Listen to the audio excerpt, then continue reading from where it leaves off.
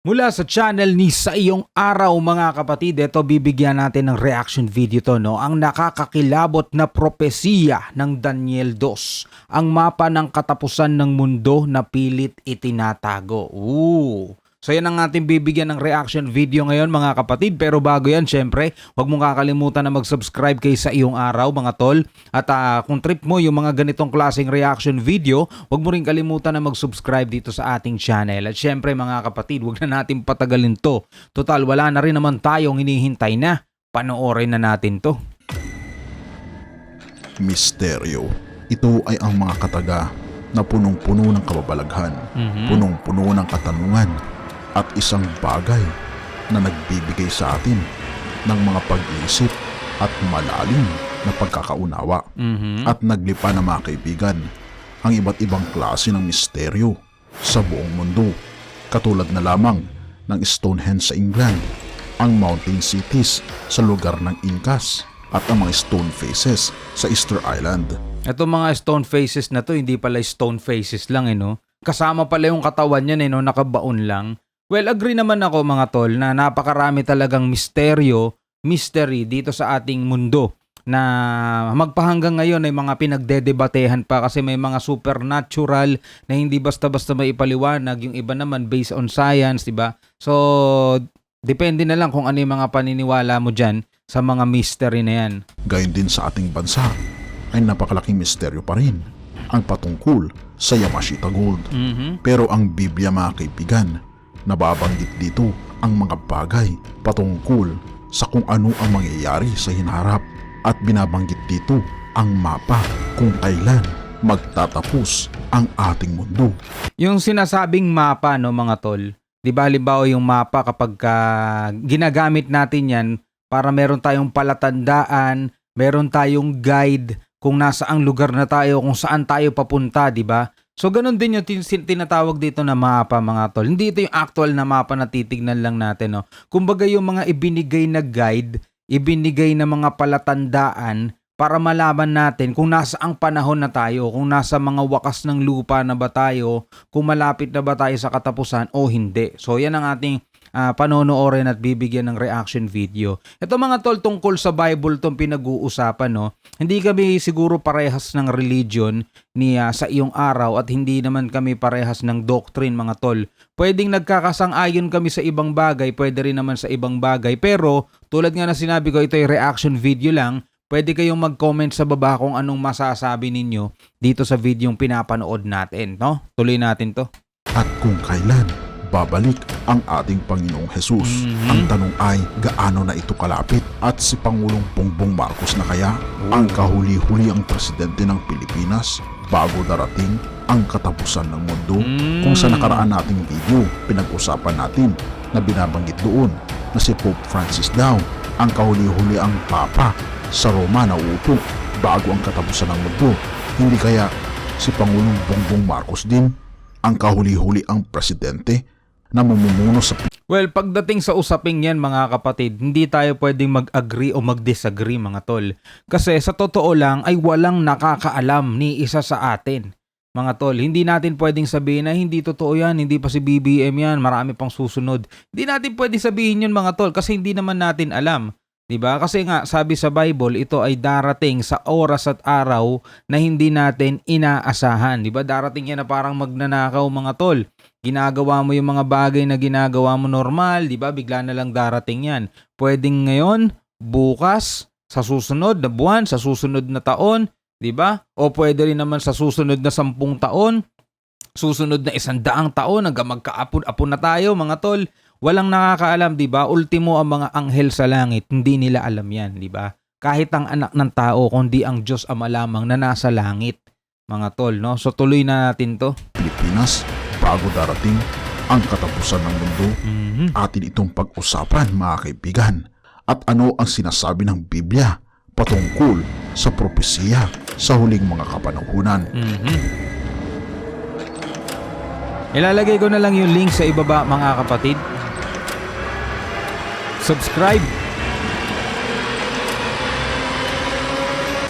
Ang libro ng Revelation mga kaibigan ay isa sa mga pinaka-misteryo na libro sa Biblia.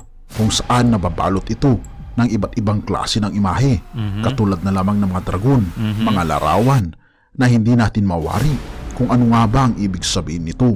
Pero alam nyo ba mga kaibigan, na ang susi sa libro ng Revelation ay ang libro ng Daniel, dahil hindi natin maintindihan ang libro ng Revelation kung hindi natin maiintindihan ang libro ni Daniel. Pero wag ka mga kapatid, hindi lahat ng bumabasa ng Bible ay nakakaunawa ng nakasulat sa Bible.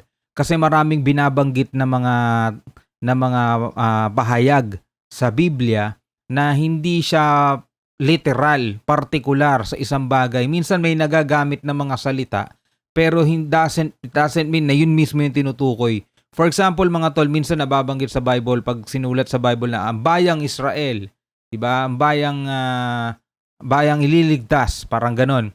Hindi ibig sabihin na bayang Israel lang o mga Israelita lang o mga Israel lang ang maliligtas. Kumbaga ang tinutukoy yun na bayan ng Diyos, no? O parang ganon ang ibig ko sabihin, mga tol.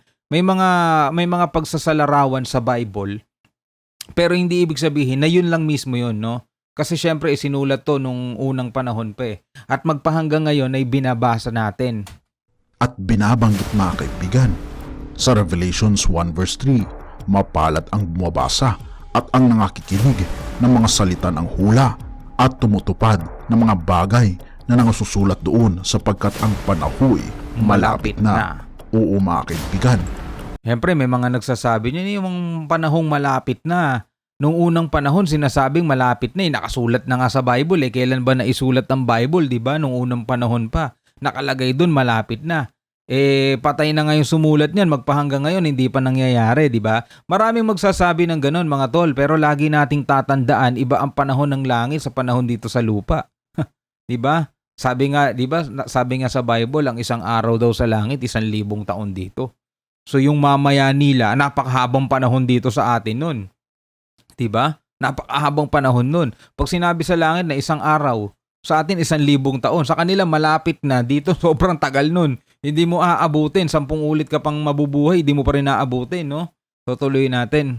Ating pag-usapan ngayon ang patungkol sa libro ng Daniel, partikular sa Daniel chapter 2, kung ating makikita mga kaibigan, ang history at ang Biblia mga kaibigan ay nagkakatugma sa kanilang mga sinasabi, at ating tutunghayan kung ang mga hula ba sa Biblia ay naging katuparan sa nangyari sa ating history. At kung ating makikita mga kaibigan, binabanggit din dito sa 2 Peter 1 verse 20, ang Biblia ang magpapaliwanag sa kanyang sarili. Hindi na natin kailangan mga kaibigan ng interpreter, sapagkat ang Biblia mismo ang magsasabi kung ano ang ibig sabihin ng mga bagay na kanyang binabanggit na mangyayari. Yung sinabi rito sa iyong araw na hindi na kailangan ng interpreter, ibig sabihin yun taga-translate, no? O hindi taga-translate eh. Tagapagpaliwanag, yung magi-interpret, no, ng sinasabi sa Bible. Actually mga tol, doon ako banda hindi nag-agree, no? Kasi hindi lahat ng tao, halimbawa tayo mga ordinaryong tao, tas babasahin natin Biblia, magigets na agad natin yung nakasulat. Hindi ganun yun mga tol. Ang mga salita sa Biblia ay sadyang itinago sa liwanag, mga tol.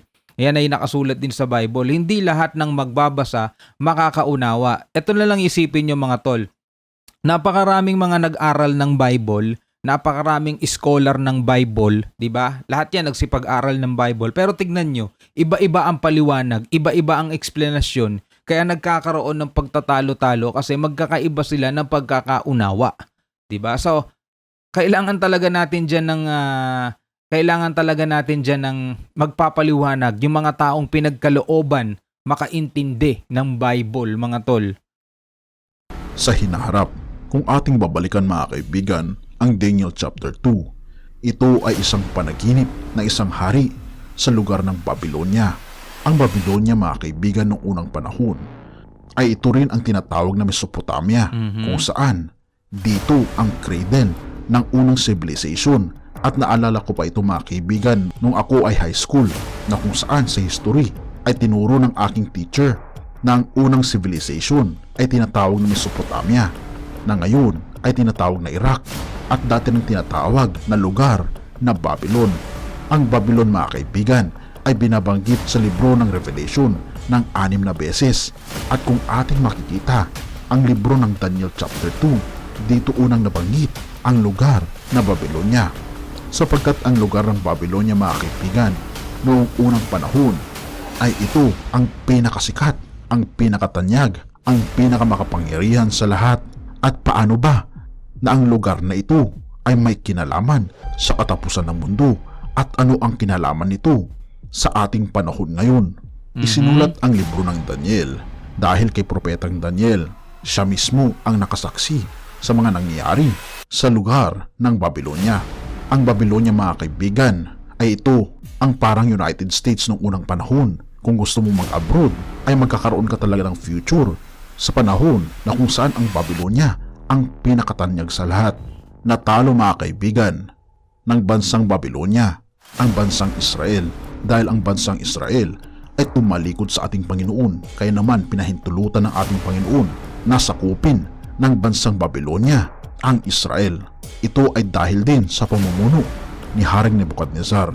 Si Haring Nebuchadnezzar, mga kaibigan, ay nagkaroon ng isang panaginip.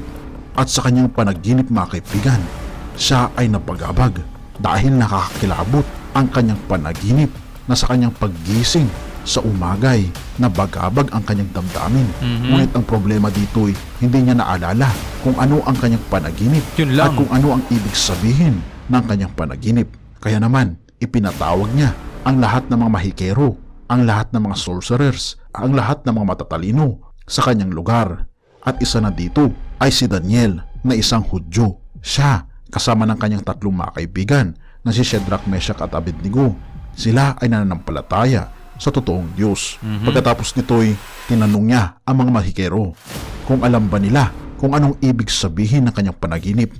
Ngunit sabi ng mga mahikero sa kanya, "Mahal na hari, iyong sabihin ang iyong panaginip at aming sasabihin ang kanyang ibig sabihin." Ngunit ito ang problema, mga kaibigan, dahil si Haring Nebuchadnezzar ay nakalimutan niya ang kanyang panaginip. Kaya naman sa kanyang galit, siya ay nagbigay ng hatol sa kung hindi masasabi ng kahit sino mang mahikero at matatalino at scholars sa kanyang bansa, ay lahat sila ay mamamatay. Damay na rin dito si Daniel. Unfair, no? Ipaliwanag ninyo kung ano ang panaginip ko. Mahal na hari, sabihin mo sa amin kung anong panaginip mo at sasabihin namin ang kahulugan. Ang problema, nakalimutan ko kung ano yun. Pero kapag hindi nyo nasabi kung ano yun, ipapapatay ko kayo. Very unreasonable, no? Gusto mong ipaliwanag yung isang bagay na hindi mo masabi kung ano yung ipapaliwanag nila. My goodness. Well, ganun talaga yung mga panahon ng mga... Ewan ko ba? Ganun talaga yung mga panahon ng mga ganyan, no? At ang kanyang mga kaibigan. Ngunit lumapit, mga kaibigan, itong si Daniel. At sinabi niya, mga kaibigan, dito, "Mahal na hari, walang sino man sa lupa ang makapagbibigay ng kapaliwanagan sa iyong panaginip. Ngunit may Diyos sa langit na nakakaalam ng lahat ng mga sikreto." At ang panaginip, mga kaibigan, ay binigay ng ating Panginoong Hesus. At ang panaginip, mga kaibigan, ni Haring Nebuchadnezzar ay kanyang ibinahagi kay propetang Daniel at ibinigay din Wala pa ang Panginoong Hesus nitong mga panahon na to. ng ating Panginoon ang interpretasyon kay Daniel. Kaya naman lumapit, mga kaibigan, si Daniel at ito ay binanggit niya kay Haring Nebuchadnezzar. At ito pa ang sabi niya, "Ikaw, o hari, nakakita at narito ang isang malaking larawan. Ang larawang ito na makapangyarihan at ang kanyang kakinangan ay mainam, ay tumayo sa harap mo at ang anyo niya ay kakilakilabot. Tungkol sa larawang ito, ang kanyang ulo ay dalisay na ginto, ang kanyang dibdib at ang kanyang mga bisig ay pilak, ang kanyang tiyan at ang kanyang mga hita ay tanso, ang kanyang mga binti ay bakal, ang kanyang mga paay isang bahagi ay bakal at isang bahagi ay putik na luto. Iyong tinitingnan hanggang sa may natibag na isang bato, hindi ng mga kamay na tumama sa larawan, sa kanyang mga paang bakal at putik na luto. Ang mga yaoy binasag na magkagayoy ang bakal, ang putik na luto, ang tanso, ang pilak at ang ginto ay nagkaputol-putol na magkakasama at naging parang dayami sa mga giikan sa tagaraw at tinangay ng hangin nang walang dakong kasumpungan sa mga yaon. At ang bato na tumama sa larawan ay naging malaking bundok at pinuno ang buong lupa. Isang Ito, mahal na talinhaga. hari, ang iyong panaginip, ikapa ni Daniel. At ito ang kahulugan nito. May mga babangon na mga kaharian bago darating ang kaharian ng Diyos. O mahal na hari, binabanggit niya pa mga kaibigan sa Daniel 2 verse 38. Totoo naman no, may mga babangon na kaharian bago dumating ang kaharian ng Panginoong Diyos, di ba? Kasi nagkaroon na ng iba't ibang bansa, nagkaroon na ng iba't ibang leader, nagkaroon na ng iba't ibang kaharian, di ba? Hindi katulad ng nababanggit dito sa Biblia, di ba? Ilan lang ang kaharian. Ito halimbawa kaharian ng Babylonia sa Mesopotamia, di ba? Sa ngayon, di ba, napakaharami ng kaharian. Mahal na Haring Nebukadnezar, ikaw ang ulo na ginto. Kung ating makikita mga kaibigan, ang ancient Babylon noong 605 hanggang 539 BC, ito ang naging pinakamakapangyarihan na bansa sa panahong ito. At kung ating makikita, ang bansang Babylonia mga kaibigan ay napakayaman dahil halos lahat ng kanilang mga kagamitan ay yari sa ginto. Meron pa silang tinatawag na Temple of Marduk na 91 meters ang kanyang taas at ito ay yari sa ginto. Kung ating maalala mga kaibigan, isa sa mga ancient wonders of the world ay ang Hanging Gardens of Babylon na makikita sa Babylonia. At kung ating makita mga kaibigan, sabi dito sa propesiya, ang iyong kaharian mahal na hari, sabi ni Daniel, ay hindi magtatagal sapagkat may papalit na mas mahina, ang kaharian ng pilak na tatalo sa iyo. Kung ating makikita mga kaibigan, ay ito ang mga nalabi na naka-inscribe sa panahon ni Nebukadnezar. Nakasulat dito mga kaibigan, ang mga katagang, may it last forever. Ang Babylonia nawa ay manatili magpakailanman, na isinulat mga kaibigan ito sa mga bricks sa lugar ng Babylonia. Ngunit pag sinabi mga kaibigan ng ating Panginoon na ito ay hindi na babangon pa, ay talaga namang hindi na talaga ito babangon pa. Pagkatapos mga kaibigan ng paghahari ng Babylonia, ay tinalo ito ng Medo-Persia. Sa Daniel 2 verse 39, binabanggit ni Daniel kay Haring Nebukadnezar, at pagkatapos mo ay babangon ang ibang kaharian na mababa sa iyo. Ipinahayag ng ating Panginoon kay Daniel na mayroong isang leader, isang hari na tatalo sa Babylonia. 150 years bago maipanganak ang leader na ito ay binanggit na sa Biblia sa pamamagitan ni Isaiah, na binabanggit niya mga kaibigan sa Isaiah 45 verse 1. Ganito ang sabi ng Panginoon sa kanyang pinahiran ng langis kay Ciro, na ang kanang kamay ay aking hinawakan upang magpasuko ng mga bansa sa harap niya. Yung mga ganitong mga hula mga kapatid, no, ito'y hindi rin naman binabasa ng letra por letra.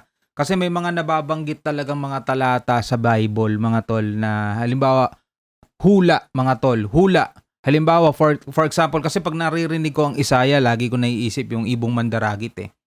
Pag sinabing ibong mandaragit, hindi yun literal na ibong mandaragit, di ba? Ito ay pumapatungkol sa isang tao na isisilang sa mga wakas ng lupa sa malayong silanganan, mga tol. Etong Ciro, mga kapatid, marami nagsasabi na si Ciro daw yun.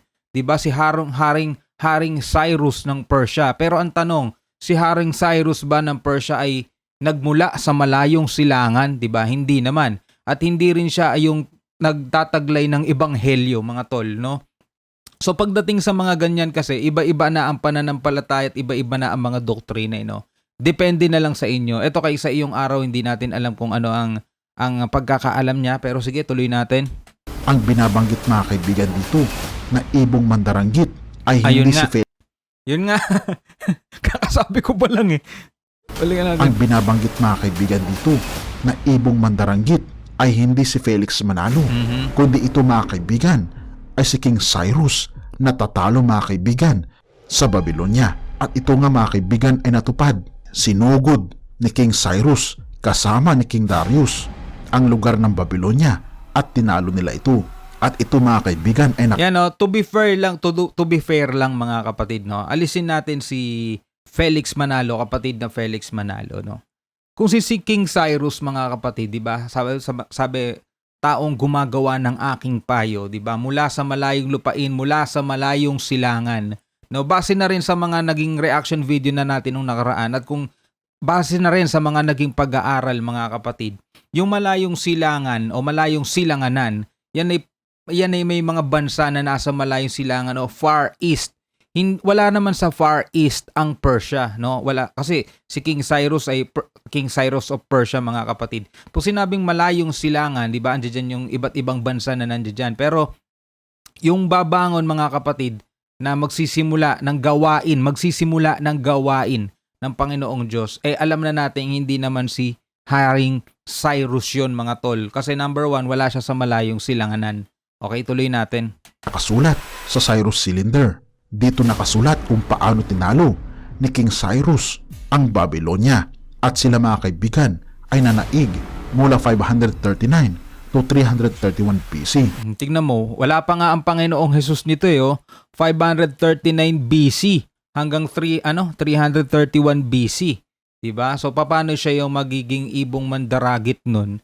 Kasi wala pa nga ang Panginoong Jesus niyan. Wala pang Kristyanismo nung panahon na yan. Sila ang naging pinakamakapangyarihan sa lahat. Ngunit, hindi rin sila magtatagal dahil binabanggit mga kaibigan sa Daniel 2 verse 39 at ang ikatlong kaharian na tanso na magpupuno sa buong lupa.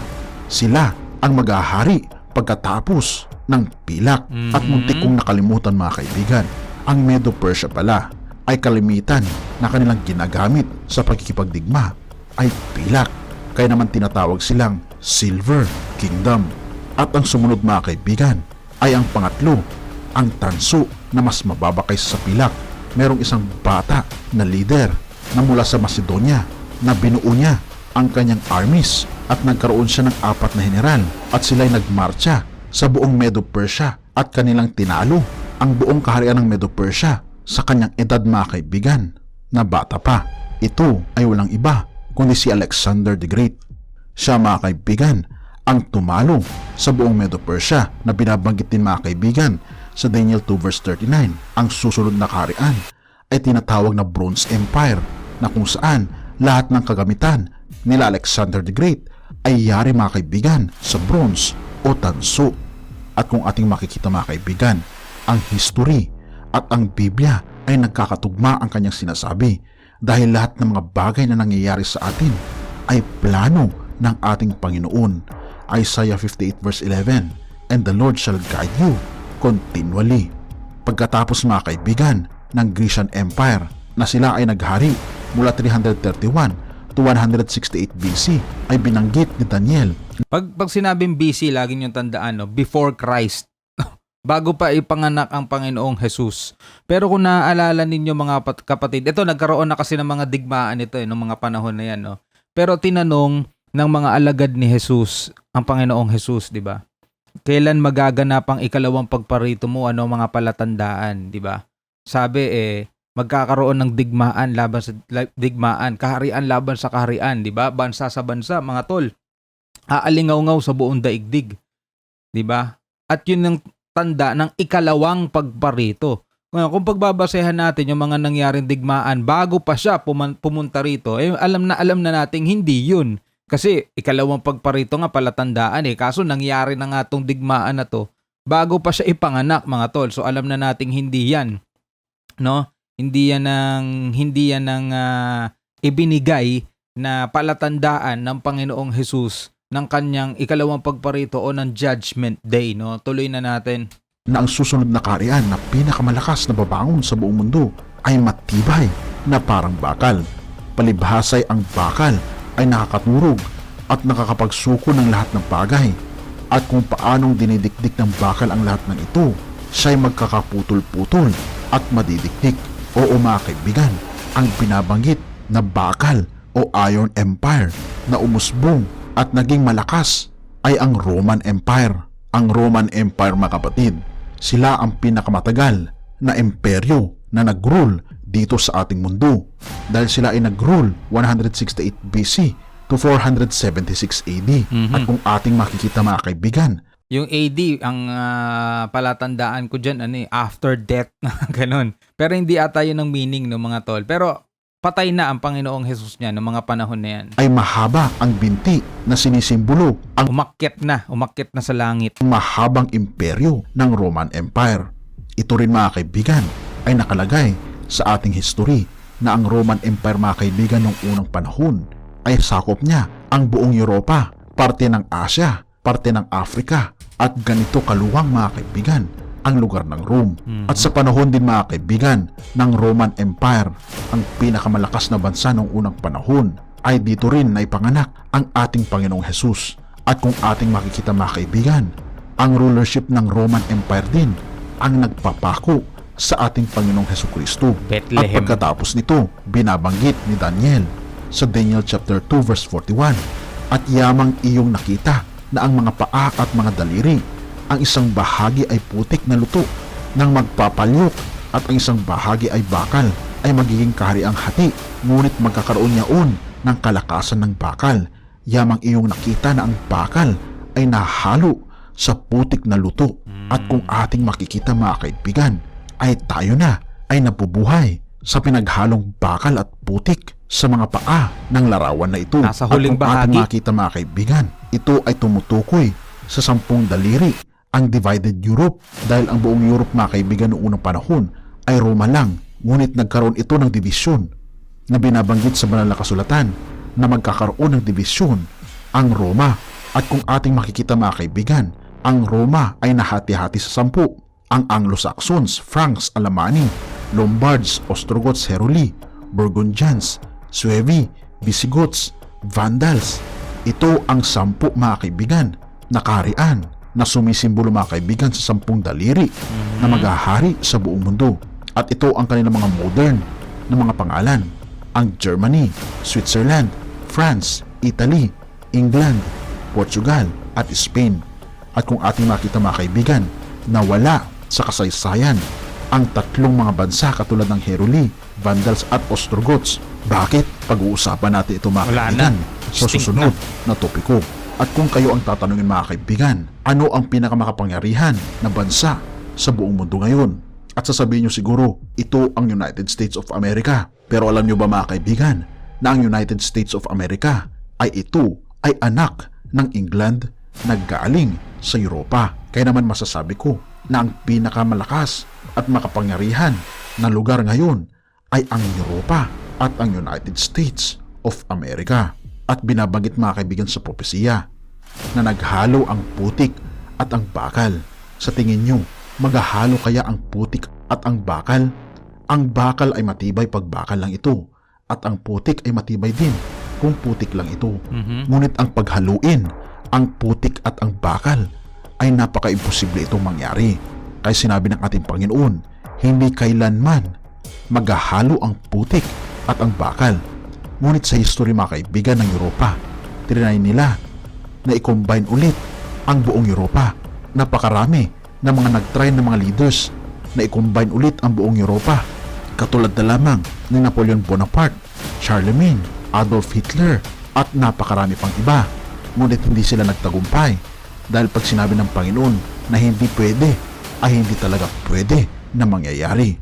Na kahit na meron tayong European Union, ngunit hindi pa rin sila magiging intact. At kung ating makikita, mga kaibigan, sa binabanggit, mga kaibigan, ng Daniel chapter 2, ang rulership ng Babylonia, Medo-Persia, Greece, Rome, at divided Europe ay nangyari sa loob ng 2,500 years. At kung tatanungin ko kayo, mga kaibigan, 2,500 years nangyari, no? Pero 2 araw at kalahati lang yan sa langit, no? Ganon kabilis. nasaan na tayo? Wala na tayo sa Babylonia, wala na rin tayo sa Medo-Persia, Greece o Roman Empire. Tayo ay nasa divided Europe. Tayo, mga kaibigan, ay nasa mga paa. At kung tatanungin niyo ako, ano ang susunod pagkatapos nito? Ito, mga kaibigan, ang bato na tatama sa paa. At sino, mga kaibigan, ang batong ito? Daniel 2 verse 44, at sa mga kaarawan ng mga haring yaon ay maglalagay ang Diyos sa langit ng isang kaharian na hindi magigiba kailanman, o ang kapangyarihan man ni Yaoy iiwan sa ibang bayan, kundi papuputol-putulin at lilipunin niya ang lahat na kahariang ito, at Yaoy lalagi magpakailanman. Yamang iyong nakita na ang isang bato ay natibag sa bundok, hindi ng mga kamay, at pumutol ang mga bakal ng tanso, ng putik, ng pilak at ng ginto. ipinaalam ng dakilang Diyos sa hari kung ano ang mangyayari sa harapin, at ang panaginip ay tunay, at ang pagkapaaninaw niya ay tapat. Totoo mga kaibigan. So dito binanggit ni sa iyong araw mga kapatid yung history, no, mula sa pinakaunang kaharian, no? Mula sa pinakaunang kaharian at hanggang sa mga nagsibango ng kaharian, 'di ba? At ang pinakahuli na nga nasa talampakan na nga, no, yun yung hula sa Daniel mga tol, yung panaginip ni Nebuchadnezzar. Ang hirap banggitin ng pangalan, no. So sa pagkakasunod-sunod nun mga tol, sinasabi rito sa video na pinapanood natin, nandirito na tayo sa talampakan, no? Nasa huling bahagi na tayo mga kapatid. Tapos na yung panahon ng Babylonia, yung panahon ng pilak, panahon ng bronze, silver, 'di ba? Pilak yung silver 'yun. 'Di ba? Panahon ng bakal, yung Roman Empire, tapos na rin 'yon mga tol. Andirito na tayo sa iba't ibang kaharian. Diba? At andito na rin, nangyari na rin yung hula o nung sinabing palatandaan ng Panginoong Hesus na titindig ang bansa laban sa bansa. Aalingaw-ngaw sa buong daigdig mga tol. Yun na nga, no? World War, kasi umalingaw-ngaw nga yan sa buong daigdig. Hindi katulad ng mga digmaan ng unang panahon, sa isang part lang ng mundo yun, di naman pambuong daigdig yun mga tol. Kasi isa nga lang yung kaharian nun, di ba? Hanggang sa magkaroon ng 2, 3, 4. Pero ngayon, napakarami ng mga bansa, mga kapatid, no? Nasa 100 plus. At ngayon, nangyari na yung digmaan na yan, World War, sabi lilindol, di ba? Nangyari na yan, titindi ang kahirapan, nangyari na yan, titindi ang taggutom, nangyari na rin yan, mga tol. Isa na lang yung bagay na hindi pa nangyayari. Ano yun?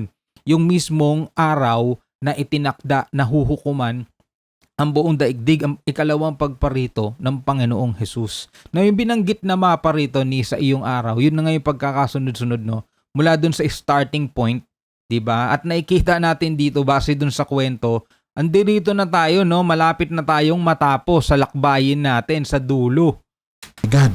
Na halos 99% na binabanggit mga kaibigan sa Daniel chapter 2 ay natupad na. At ang hinihintay na lamang natin mga kaibigan ay ang dakilang pagdating ng ating Panginoon, ang dudurog sa lahat ng mga bansa, at ang mananatili magpakailanman ay walang iba, ang kaharian ng ating Panginoong Diyos.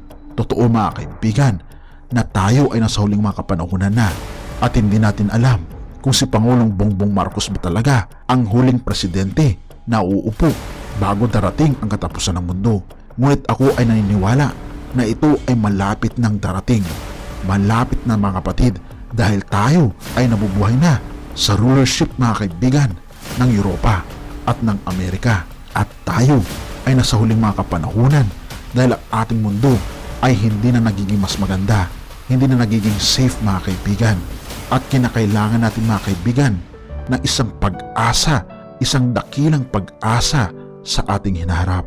Ito ang pagdating ng ating Panginoong Hesus, ang pagdating ng dakilang pag-asa para sa iyo at ang iyong pamilya.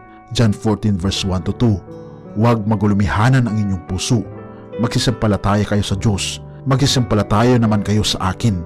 Ito ang binabanggit ni Hesus. Sa bahay ng aking Ama ay maraming tahanan. Kung di gayon, ay sinabi ko sana sa inyo, sapagkat ako'y paroroon upang ipaghanda ko kayo ng dakong kalalagyan. At kung ako'y pumaroon at kayo may paghanda ng kalalagyan, ay muling paririto ako at kayo tatanggapin ko sa aking sarili, upang kung saan ako naroroon, kayo naman ay dubuon. Tunay nga mga kaibigan. Sad to say, no, hindi yan para sa lahat, no? Para lang yan doon sa mga sa kanyang bayan, no, sa ililigtas, no? At ang size ng langit ay hindi para sa lahat, mga tol. At sabi nga sa Bible din na ang paparusahan ay sindami ng buhangin sa dagat. Biruin mo kung gaano karami yun, no? So kayo mga tol, ano ang masasabi ninyo dito sa video yung pinanood natin, no? Siguro ako tatanungin, no? Agree ako dun sa sinabi ni sa iyong araw na malapit na, no? Talagang sobrang malapit na. Hindi lang natin alam kung kailan. Pwedeng yung malapit na yan aabutin pa ng 1,000 taon, 100 taon. Di natin matitiyak. Pwedeng abutin ng 1 linggo, 1 buwan, 3 araw, no? Wala talagang makakapagsabi, no? So, anong masasabi ninyo mga tol dito sa video yung pinanood natin? Comment kayo sa baba, no? Hanggang sa muli, ako nga po pala si Shobaldi. Peace out.